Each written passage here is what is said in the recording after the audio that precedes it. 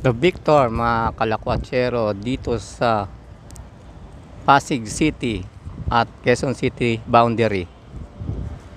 Ang malaking statue ito ng Robinsons Mall Corporation na malapit sa itinatayong Opus at Bridgetown.